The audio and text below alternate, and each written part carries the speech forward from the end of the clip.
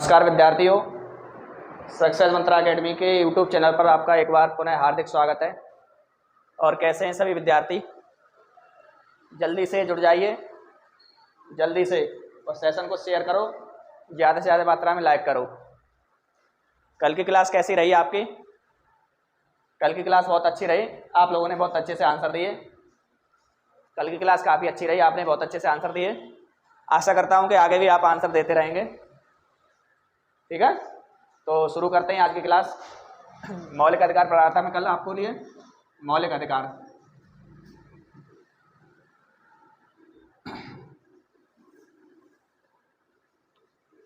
तो मौलिक अधिकार मैंने पहला और दूसरा आपको बता दिया है,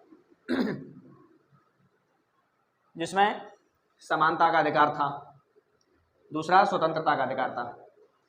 पहला मौलिक अधिकार क्या था? समानता का अधिकार, दूसरा था स्वतंत्रता। ओके, आज हम चर्चा करते हैं तीसरे मौलिक अधिकार की। क्या चर्चा कर रहे हैं? तीसरे मौलिक अधिकार। वो मौलिक अधिकार हमारा है, बताइए कौन सा है? शोषण के विरुद्ध अधिकार। शोषण के विरुद्ध अधिकार।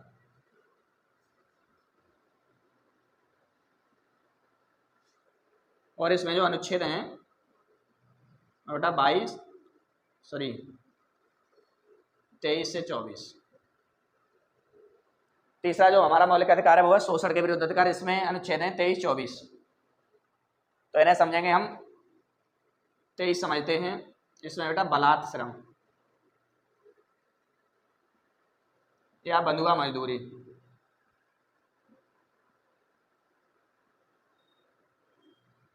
क्या है? बलात् श्रम, बंधुआ मजदूरी, अनैतिक व्यापार,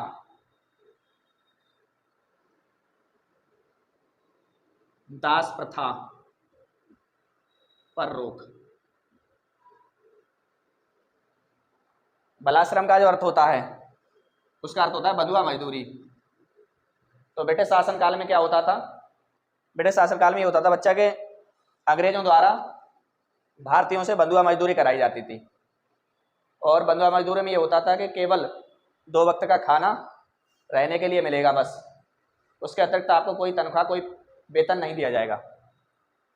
आप करोगे बंधुआ मजदूरी, आपके बच्चे करेंगे आगे भी। तो ये कार्य निरंतर जारी रहता था। लेकिन आज ऐसा संविधान में नहीं है। इससे हमारी सुरक्षा आर्टिकल 23 से होगी।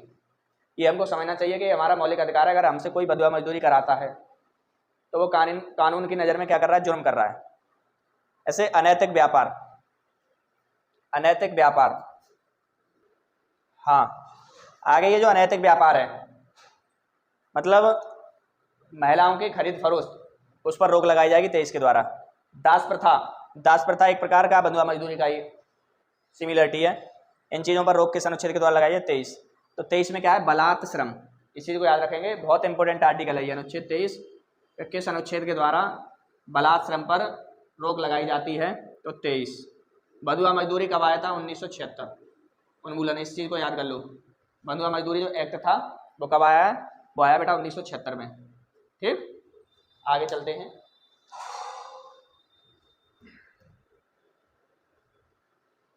और जल्दी चलेंगे फास्ट तरीके से। 24 पर है बेटा बाल श्रम, बाल श्रम पर रोक। अनुच्छेद 24 ये भी बहुत इंपॉर्टेंट है। बाल श्रम पर रोक। बाल मजदूरी जो होती है,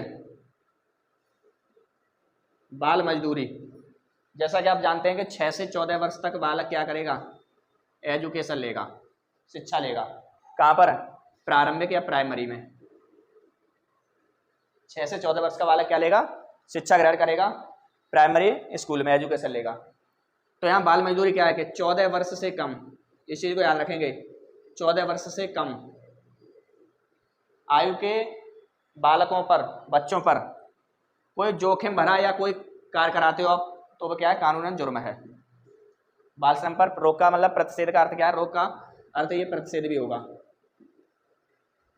ओके, कि 14 वर्ष से कम, ये डेट याद रखेंगे, 14 वर्ष से कम के जितने भी बालक आएंगे उन पर अगर किसी ने फैक्ट्री में, कारखाने में, दुकान पे, चाय की स्टॉल पे कहीं पर भी काम कराया तो वो कानून की उम्र में क्या रहता है बेटा, कानून की नज़र में सॉरी जुर्म की श्रेणी में आता है प्रतिषेध। तो बाल श्रम पर प्रतिषेध है 24 के द्वारा। तो हमने पढ़ा तीसरा मौलिक अधिकार, इसमें 2 ही अनुच्छेद थे 23-24। आगे पढ़ेंगे मौलिक अधिकार चौथा। कौन सा था बताइए चौथा मौलिक अधिकार? चौथा बताएं। ये था बेटा धार्मिक स्वतंत्रता का अधिकार, धार्मिक स्वतंत्रता का अधिकार, धार्मिक स्वतंत्रता का अधिकार 25 से 28, 25 से 28। जिसमें आर्टिकल 25 क्या कहता है?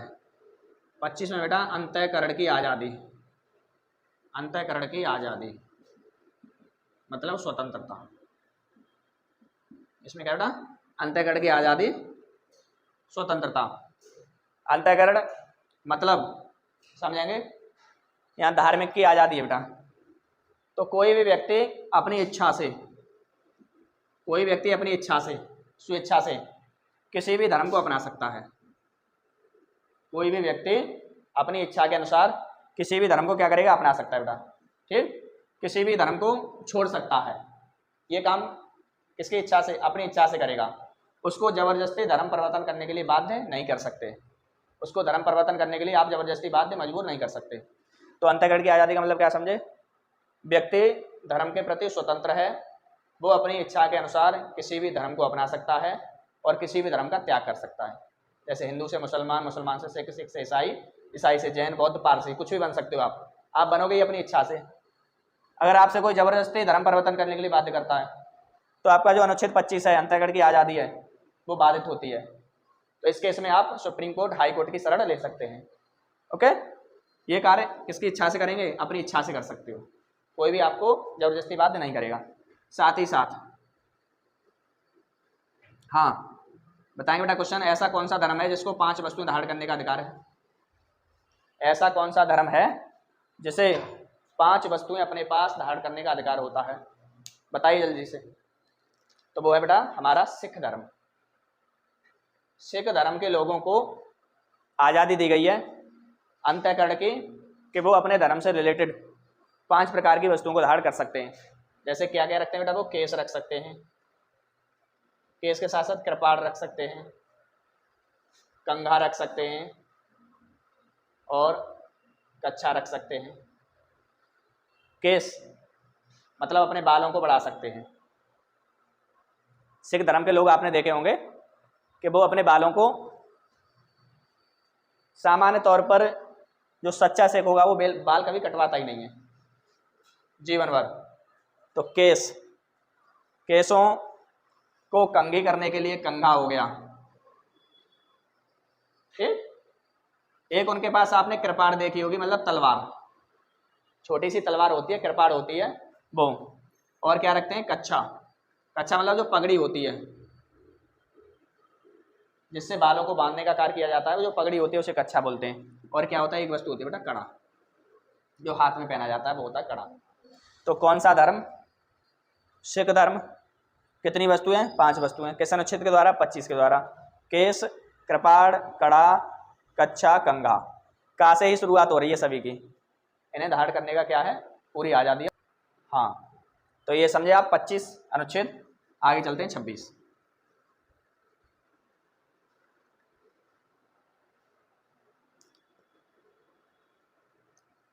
धार्मिक कार्यों के प्रबंध की आज़ादी। धार्मिक कार्यों के प्रबंध की आज़ादी। कोई भी व्यक्ति अपनी निजी संपत्ति पर, कहाँ पर बेटा? निजी संपत्ति पर, अपनी प्राइवेट प्रॉपर्टी पर, कोई भी व्यक्ति अपनी निजी संपत्ति पर अपने धर्म से संबंधित धार्मिक कार्य कर सकता है। जैसे आप हिंदू हो तो आप अपनी निजी संपत्ति पर हिंदू धर्म से रिलेटेड क्या करवाते हो? कथा करवाते हो बेटा, भागवत करवाते हो, रामायण का पाठ पढ़वाते हो, सत्संग वगैरह करवाते हो। ये सब कहाँ कराते हो? अपनी निजी प्रॉपर्टी पर। इस कार्य को कराने के लिए हम क्या हैं बेटा? फ्री हैं, स्वतंत्र हैं। कोई भी व्यक्ति अपने धर्म से रिलेटेड अपनी निजी संपत्ति पर धार्मिक पाठों का आयोजन करा सकता है। ठीक, जैसे मुस्लिम होते हैं,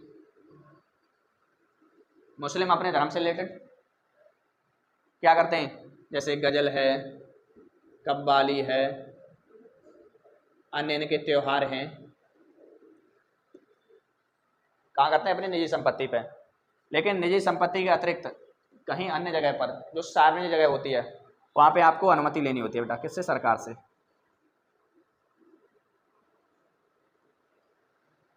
निजी संपत्ति के अतिरिक्त आप अन्य जगहों पर अगर यही धार्मिक कार्य कराना चाहते हैं तो आपको भारत की सरकार से, राज्य की सरकार से, या जिले में जो प्रशासन की देखरेख कर रहा है जैसे डिस्ट्रिक्ट मजिस्ट्रेट, उससे हमको सलाह लेनी आवश्यक है, अनुमति लेना आवश्यक होता है। बाकी अपने निजी संपत्ति पर किसी भी धार्मिक कार्य को संपन्न कराने के लिए आपको कोई परमिशन की आवश्यकता नहीं है। तो धार्मिक कार्यों के प्रबंध की आज़ादी किस अनुच्छेद में, तो वो है बेटा 26 में।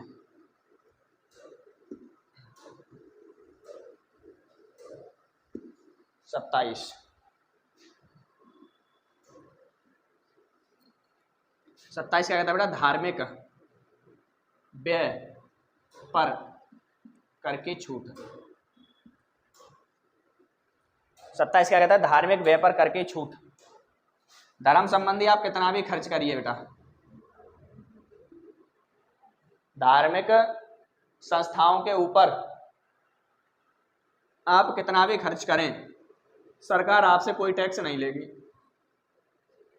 सरकार आपसे कोई टैक्स नहीं लेगी। मंदिर बनवाइए, मस्जिद बनवाइए, गुरुद्वारा बनवाइए, भंडारा कीजिए बड़े से बड़ा, ठीक, किसी ट्रस्ट को दान दीजिए ज़्यादा से ज़्यादा। तो आप ये क्या काम कर रहे हैं बेटा, ये आप धर्म संबंधी खर्चा कर रहे हैं। तो धर्म संबंधी आप खर्च करते हो तो सरकार उस खर्चे पर आपसे कोई टैक्स नहीं वसूलेगी। ओके, तो धार्मिक व्यय पर कर की छूट अनुच्छेद 27। आगे 28, सरकारी संस्थानों में धार्मिक शिक्षा पर प्रतिबंध।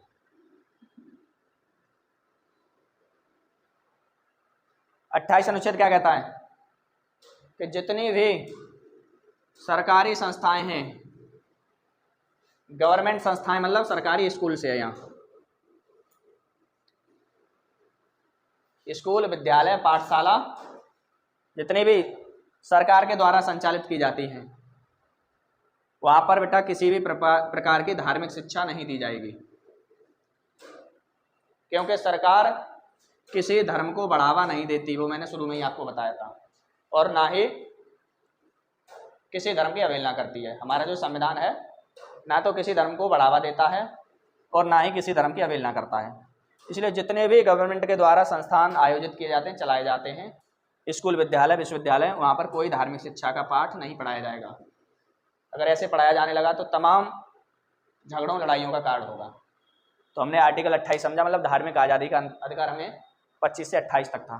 ठीक, आगे समझते हैं मौलिक अधिकार। नेक्स्ट पांचवा कौन सा बेटा, शिक्षा एवं संस्कृति का अधिकार।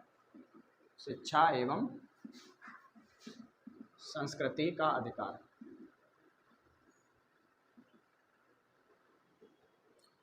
और यहाँ पर हमारे लिए आर्टिकल ले लें 29,30, 29 से 30। यहाँ दो आर्टिकल हैं 29 से 30। शिक्षा एवं संस्कृति का अधिकार, right to education and culture. 29 पढ़ते हैं, इसमें क्या बात है। 29 बेटा ये कहता है कि अगर कोई भी व्यक्ति मान लो लिपि, भाषा, संस्कृति इन रूपों में पिछड़ा है बेटा, ऐसे विद्यार्थी आपने बहुत सारे देखे होंगे कि लिपि, भाषा, संस्कृति इसमें क्या होते हैं, पिछड़े होते हैं। पिछड़े होने के बावजूद बेटा आप उनको किसी भी शिक्षण संस्थान में प्रवेश से, एडमिशन से वंचित नहीं करेंगे। आर्टिकल 29 क्या कहता है कि लिपि, भाषा संस्कृति के आधार पर किसी भी विद्यार्थी को, किसी भी स्टूडेंट के लिए और किसी भी शिक्षण संस्थान में प्रवेश से वंचित नहीं किया जाएगा। ओके, जैसे आज मानो कि हमको आती है बेटा हिंदी, तो हिंदी की लिपि क्या है? देवनागरी।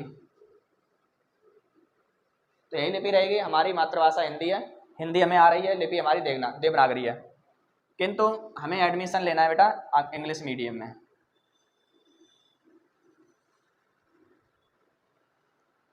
ओके, भाषा हमारी क्या हुई? हिंदी, लिपि हमारी क्या हुई? देवनागरी, लेकिन यहाँ भाषा चेंज हो गई अंग्रेजी, लिपि भी चेंज हो जाएगी अंग्रेजी की। साथ साथ कल्चर, मान लो कि हम गांव के रहने वाले थे या हम जंगलों में रहते थे, जैसे एसटी रहती है, तो यहाँ पर गांव में रहने वाला व्यक्ति, जंगलों में रहने वाला व्यक्ति भी इंग्लिश मीडियम में और कहाँ? सिटी में, शहर में शिक्षा को प्राप्त कर सकेगा। ये दिया है आर्टिकल 29 में। तो अनुच्छेद 29 क्या कहता है कि किसी भी व्यक्ति को लिपि, भाषा, संस्कृति के आधार पर प्रवेश से वंचित नहीं करेंगे किसी भी शिक्षण संस्थान में। ओके, कोई दिक्कत आ रही है? हाँ, आगे चलते हैं। अनुच्छेद 30।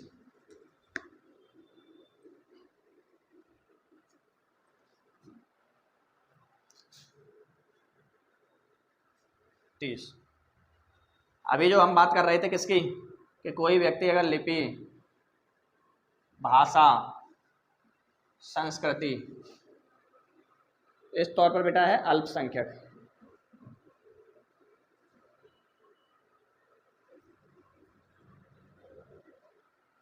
अगर कोई व्यक्ति या कोई मान लो धर्म, लिपि, भाषा, संस्कृति के आधार पर क्या है? अल्पसंख्यक है। अल्पसंख्यक का मतलब क्या होता है? बहुत ही न्यून, कम, जिनकी संख्या कम होती है उसे क्या कहते हैं? हम अल्पसंख्यक कहते हैं। लिपि उसकी अलग है अन्य लोगों की, भाषा भी अलग है, संस्कृति भी अलग है, तो उसे कहेंगे अल्पसंख्यक, या धर्म के आधार पर भी अल्पसंख्यक है। तो वो अपने पसंद का कहीं पर भी शिक्षण संस्थान खोल सकता है बेटा, कहीं पर भी स्कूल खोल सकता है, विद्यालय खोल सकता है, विश्वविद्यालय खोल सकता है। ओके, क्या बताया? ऐसे धर्म या ऐसे व्यक्ति या ऐसे समुदाय के लोग जो लिपि, भाषा, संस्कृति के आधार पर पिछड़े हैं, अल्पसंख्यक हैं, वह अपने पसंद का शिक्षण संस्थान, स्कूल, विद्यालय, विश्वविद्यालय खोल सकते हैं।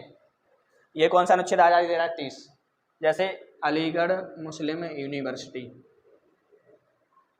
अलीगढ़ मुस्लिम यूनिवर्सिटी AMU, मुस्लिम जो अल्पसंख्यक हैं उन्हीं के समुदायों का तो कॉलेज है अलीगढ़ मुस्लिम यूनिवर्सिटी।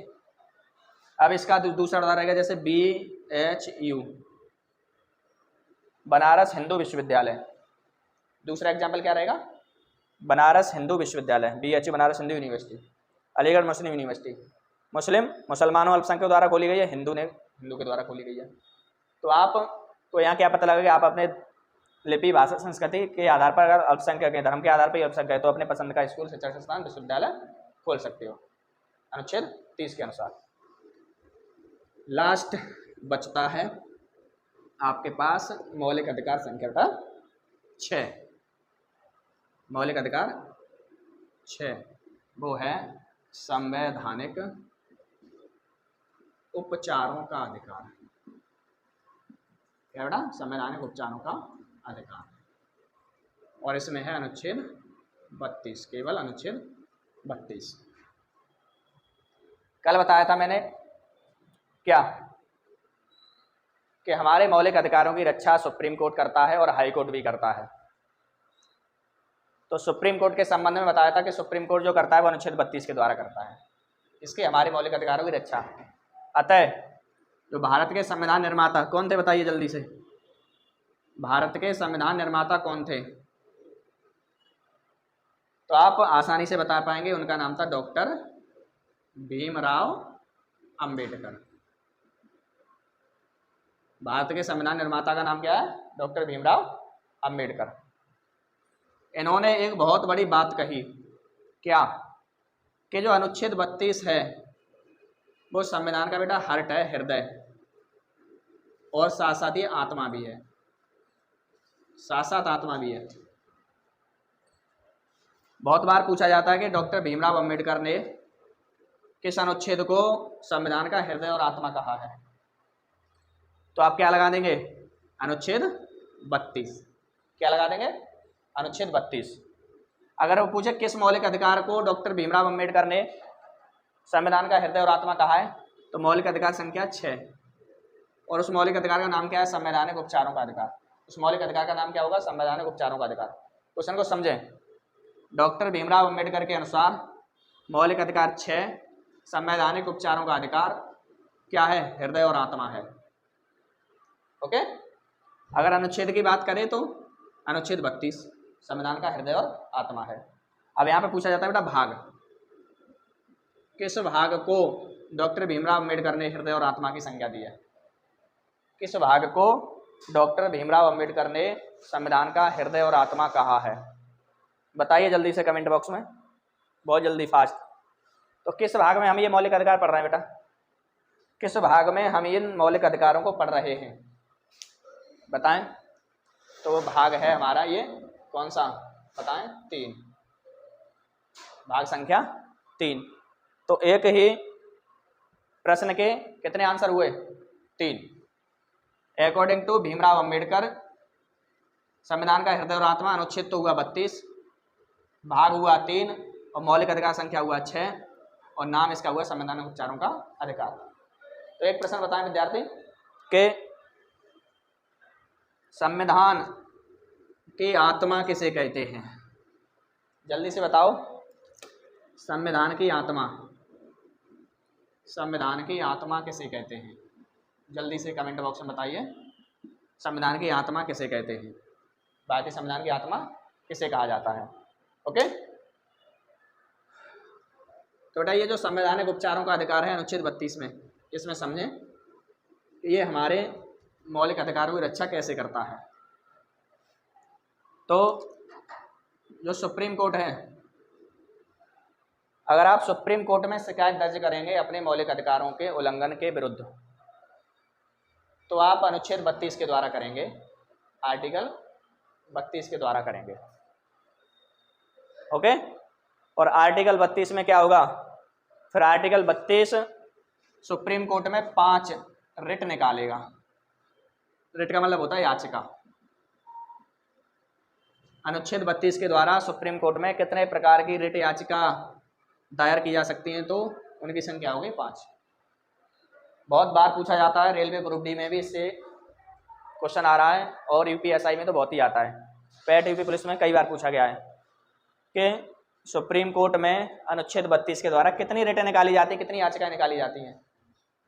तो उनकी संख्या क्या होगी बेटा? 5 होगी। उन 5 रिटों को मैं जल्दी से आपको बता देता हूँ। ठीक,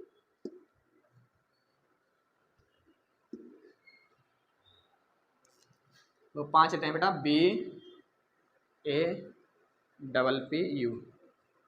आप संगे बप्पू से, BAPPU बप्पू। ठीक। बी से है बंदी प्रत्यक्षीकरण। क्या बेटा? बंदी प्रत्यक्षीकरण। A4 है अधिकार परीक्षा, अधिकार परीक्षा। P4 है परमादेश।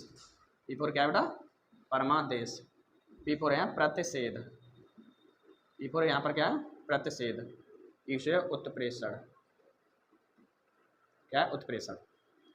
तो बप्पू याद रखना है आपके लिए। B4 बंदी प्रत्यक्षीकरण। A से क्या है? अधिकार परीक्षा। P से क्या है? परमादेश। P से यहाँ प्रतिषेध, और ये उत्प्रेषण। ये जो ऊपर वाली 3 रिटें हैं, ये जो ऊपर वाली 3 रिटें हैं सुप्रीम कोर्ट द्वारा आम आदमी के विरुद्ध, आम आदमी के विरुद्ध निकाली जाती हैं। ये ऊपर नीचे वाली जो 2 रिटें हैं सुप्रीम कोर्ट द्वारा हाई कोर्ट के विरुद्ध। तो क्या समझे? 5 रिटें थी BAPPU बप्पू से। कैसे याद करनी है? बप्पू, BAPPU। B4 बंदी प्रत्यक्षीकरण। ए फॉर अधिकार प्रेक्षा, पी फॉर परमादेश, पी से प्रतिषेध, यू से उत्प्रेषण। सुप्रीम कोर्ट द्वारा आम आदमी के जो विरुद्ध निकाले जाते हैं ऊपर वाली तीन, बंदी प्रत्यक्षीकरण, अधिकार प्रेक्षा, परमादेश।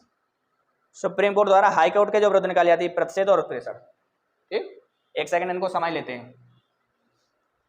बंदी प्रत्यक्षीकरण रेट कब निकाली जाती है? तो बेटा ये निकाली जाती है अवैध गिरफ्तारी के रूप में।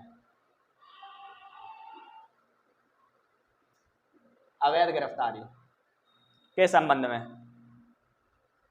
मैंने आपको आर्टिकल कराया है 22 और उसमें क्या है, गिरफ्तारी से संरक्षण।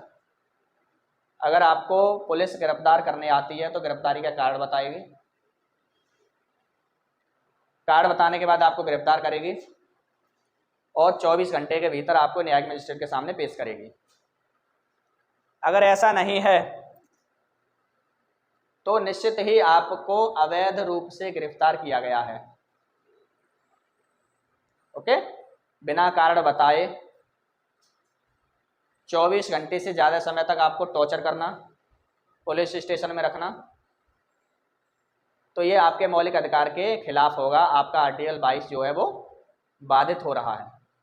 तो उस संबंध में आप जो सुप्रीम कोर्ट में रिट लेकर जाएंगे, शिकायत लेकर जाएंगे, याचिका लेकर जाएंगे, तो उसको हम कहेंगे बंदी प्रत्यक्षीकरण। ओके, अधिकार प्रेक्षा, इसका अर्थ बेटा ये होता है आपका क्या अधिकार है, आपका क्या अधिकार है। अधिकार प्रेक्षा का अर्थ क्या है? आपका क्या अधिकार है। यहां समझेंगे, यहां यह बेटा कि जब कोई व्यक्ति अपने अधिकार क्षेत्र से बाहर कार्य करता है तो उसके खिलाफ जो रिट निकाली जाती है उसे बोलते हैं अधिकार प्रेक्षा। जैसे कभी कभी सरकारी कर्मचारी क्या होता है कि अपने तथ्यों को छुपाकर गलत तरीके से किसी सार्वजनिक या सरकारी पद को धारण कर लेता है। मतलब किसी सार्वजनिक या सरकारी पद को धारण किया अवैध तरीके से, गलत तरीके से, आपको पता लगा कि इसने तो फर्जीवाड़े से नौकरी प्राप्त कर रखी है, तो आप उसके खिलाफ इस रिट को डालिए अधिकार प्रेक्षा। तो आपसे सुप्रीम कोर्ट उस व्यक्ति से पूछेगा कि आपका क्या अधिकार है जो आप इस पद पर बने हुए हैं। साथ ही आप किसी सरकारी कर्मचारी से आप कोई सूचना मांगते हो, जैसे एक सामान्य तौर पर लेखपाल से आय प्रमाण पत्र, जाति प्रमाण पत्र, तमाम आपको डॉक्यूमेंट की आवश्यकता होती है। तो उस संबंध में क्या वो आपकी निजी जानकारी को छेड़खानी कर दे, आपकी जाति कोई भी हो सकती है उसमें जाति में बदलाव कर दे, या आपकी इनकम कुछ भी हो सकती है उसमें बदलाव कर दे, तो आप उसके विरुद्ध जो शिकायत करेंगे उसे कहेंगे अधिकार प्रेक्षा। आपका क्या अधिकार है? तब सुप्रीम कोर्ट उससे पूछेगा आपने किस अधिकार को देखते हुए इस काम को किया है, तो उसे अधिकार प्रेक्षा। परमादेश का मतलब होता है हम आदेश देते हैं, हम आदेश देते हैं। परमादेश का अर्थ क्या होता है कि हम आदेश देते हैं। अब ये कई बार होता है एक आम आदमी के दैनिक जीवन में कि वो तमाम लेखपाल, कानूनगो, बैंक के कर्मचारी के आगे पीछे बेचारा भागता रहता है, लेकिन उसकी महीनों तक सुनवाई नहीं होती। इसका कार्य ये होता है कि सरकारी कर्मचारी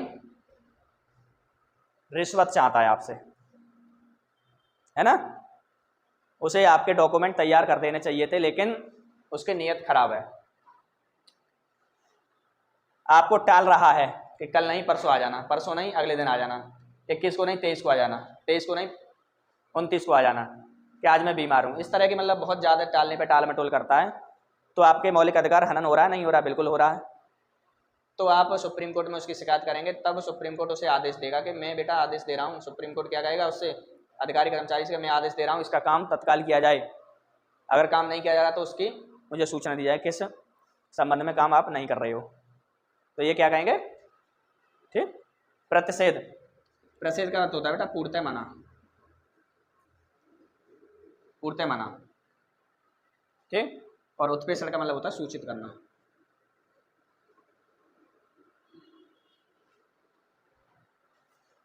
तमाम मुकदमे ऐसे हैं जिनकी सुनवाई हाई कोर्ट के द्वारा की जाती है। लेकिन कुछ मुकदमे ऐसे होते हैं जब सुप्रीम कोर्ट को ये महसूस हो कि ये निर्णय हाई कोर्ट अच्छे से नहीं सुना पाएगा, तो उस निर्णय को फिर सुप्रीम कोर्ट भी सुनता है और हाई कोर्ट से क्या कर देता है, मना कर देता है। समझ रहे हो? जैसे बहुत सारे मुकदमे हैं जो हाई कोर्ट में सुनने वाले हैं या इनकी सुनवाई कभी भी की जा सकती है। क्या हुआ कि जो वादी होता है उसने हाई कोर्ट से एक रिट और पहुंचा दी सुप्रीम कोर्ट में, उसकी एक कॉपी, मुकदमे को रेफर कर दिया। अब सुप्रीम कोर्ट ने उस मुकदमे की स्टडी करी तो वो फिर उस मुकदमे को सुप्रीम कोर्ट में बुला लेगा हाई कोर्ट से। हाई कोर्ट से मना कर देगा, भाई इस मुकदमे पे अब सुनवाई मैं करूंगा, आपको इस पर सुनवाई करने की आवश्यकता नहीं है। ठीक, जैसे बाबरी मस्जिद हुआ, शुरुआत इसकी हाई कोर्ट से हुई थी। अभी वाराणसी में जो कौन सी मस्जिद है, देवबापी है कौन सी, हाँ, उसकी शुरुआत हाई कोर्ट से ही हुई थी। एक कॉपी सीधे सुप्रीम कोर्ट में पहुंचा दी, सुप्रीम कोर्ट ने हाई कोर्ट को रोक लगा दी कि इन केसों की सुनवाई मैं करूंगा, आप इस कार्य को नहीं करो। ये होता है प्रतिषेध पूर्णतः मना। सुप्रीम कोर्ट हाई कोर्ट के विरुद्ध निकाला है। ठीक, उत्प्रेषण मतलब सूचित करना। तो भारत के जितने भी बेटा न्यायालय हैं, जितने भी कोर्ट हैं, उन कोर्टों का जो बाप है वो बाप है आपका ये सुप्रीम कोर्ट। सभी न्यायालयों का जो बाप है वो कौन है, सुप्रीम कोर्ट है। तो सभी जितने भी हाई कोर्ट हैं, 25 हाई कोर्ट है भारत में, 25 हाई कोर्ट एक वर्ष में जितने भी मुकदमों की सुनवाई करेंगे और उन मुकदमों की एक प्रतिलिपि या सूचित किसको सूचना भेजेंगे, सुप्रीम कोर्ट के लिए। अगर ऐसा नहीं करते हैं तो सुप्रीम कोर्ट वो सूचना हाई कोर्ट से मांग लेता है कि भाई एक वर्ष में आपने क्या काम किया है, कितने मुकदमे सुलझाए हैं, मुकदमों को सुलझाने का आपका प्रारूप क्या है, वो बात हमें सूचना दीजिए, बताइए। अगर ऐसा नहीं करता है तब रिट निकल जाती है, उसे उत्प्रेषण कहते हैं। तो हमने क्या समझा, बंदी प्रत्यक्षीकरण अवैध गिरफ्तारी के संबंध में निकाली जाती है। अधिकार परीक्षा आपका क्या अधिकार है, परमादेश समादेश देते हैं, प्रतिषेध पूर्णतः मना है, उत्प्रेषण सूचित करना। ये 3 रिटें सुप्रीम कोर्ट द्वारा आम आदमी के विरुद्ध निकाली जाती हैं और ये सुप्रीम कोर्ट द्वारा हाई कोर्ट के विरुद्ध निकाली जाती हैं, 2 रिटें। इनको याद कर लो, ये पेपर में बहुत महत्वपूर्ण रिटें हैं। आगे चलते हैं बेटा। ऐसे ही हाई कोर्ट में निकाली जाती है बेटा 226 के द्वारा, ऐसे ही हाई कोर्ट में निकाली जाती हैं 226 के द्वारा। सेम है प्रोसीजर, कोई बदलाव नहीं है। हाँ, एक बात बतानी थी, मौलिक अधिकार पर कानून, मौलिक अधिकार संबंधी कानून।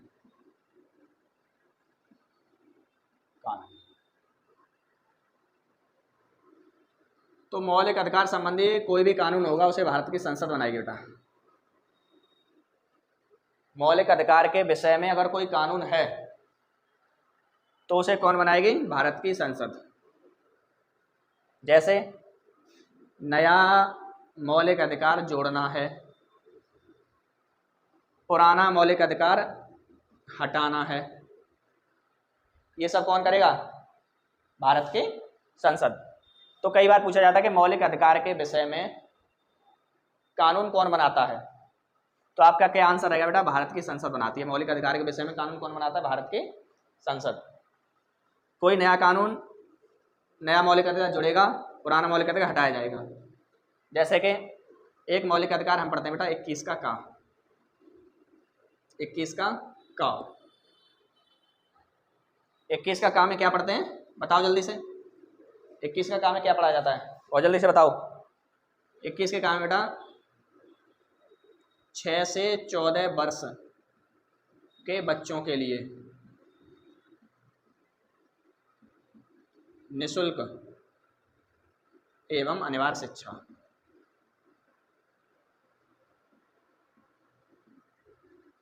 इक्कीस का काम क्या है, 6 से 14 वर्ष के बच्चों के लिए निःशुल्क एवं अनिवार्य शिक्षा का प्रावधान है। तो ये नया जोड़ा गया है, इसके लिए संविधान में 86वां अमेंडमेंट 2002 में करना पड़ा था। 21 का 6 से 14 वर्ष के बच्चों के लिए निःशुल्क एवं अनिवार्य शिक्षा, ये इनका मौलिक अधिकार है। कब जोड़ा गया, 86वां 2002। तो 86वां क्या है, ये संविधान में संशोधन है। ठीक, तो किसने किया संविधान में संशोधन? भारत की संसद ने। तो इसका आंसर क्या रहेगा? संसद। नया मौलिक अधिकार जोड़ना, पुराने मौलिक अधिकार को खत्म करना। जैसे मैंने आपको बेटा ये कराया संपत्ति का मौलिक अधिकार,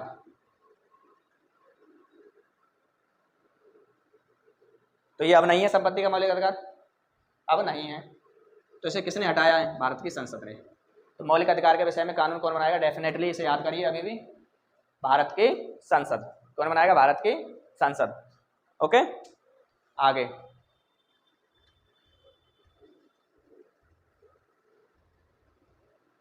दो बात और बतानी है मौलिक अधिकार में आपको। एक तो बेटा ये बतानी थी कि अपने देश में लगता है बेटा आपातकाल, राष्ट्रीय आपातकाल, इमरजेंसी। अपने देश में क्या लगता है? राष्ट्रीय आपातकाल, इमरजेंसी। किस अनुच्छेद के द्वारा? 352। अनुच्छेद 352 के द्वारा भारत में राष्ट्रीय आपातकाल की घोषणा राष्ट्रपति करते हैं। ठीक, वो आगे का विषय आगे बताएंगे।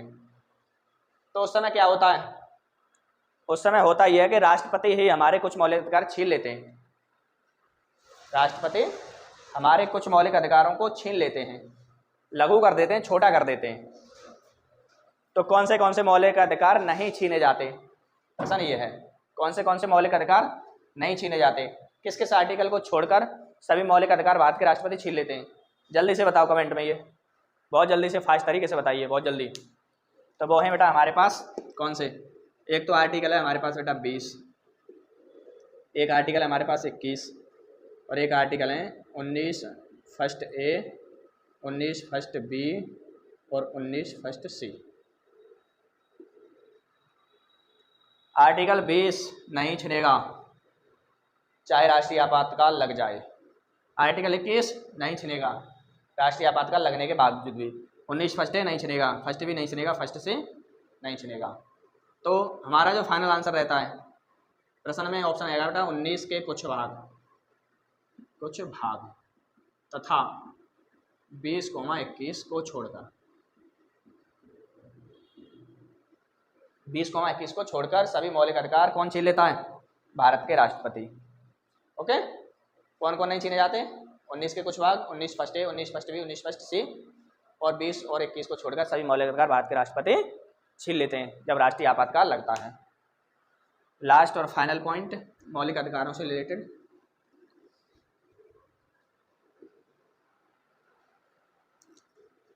क्या मौलिक अधिकार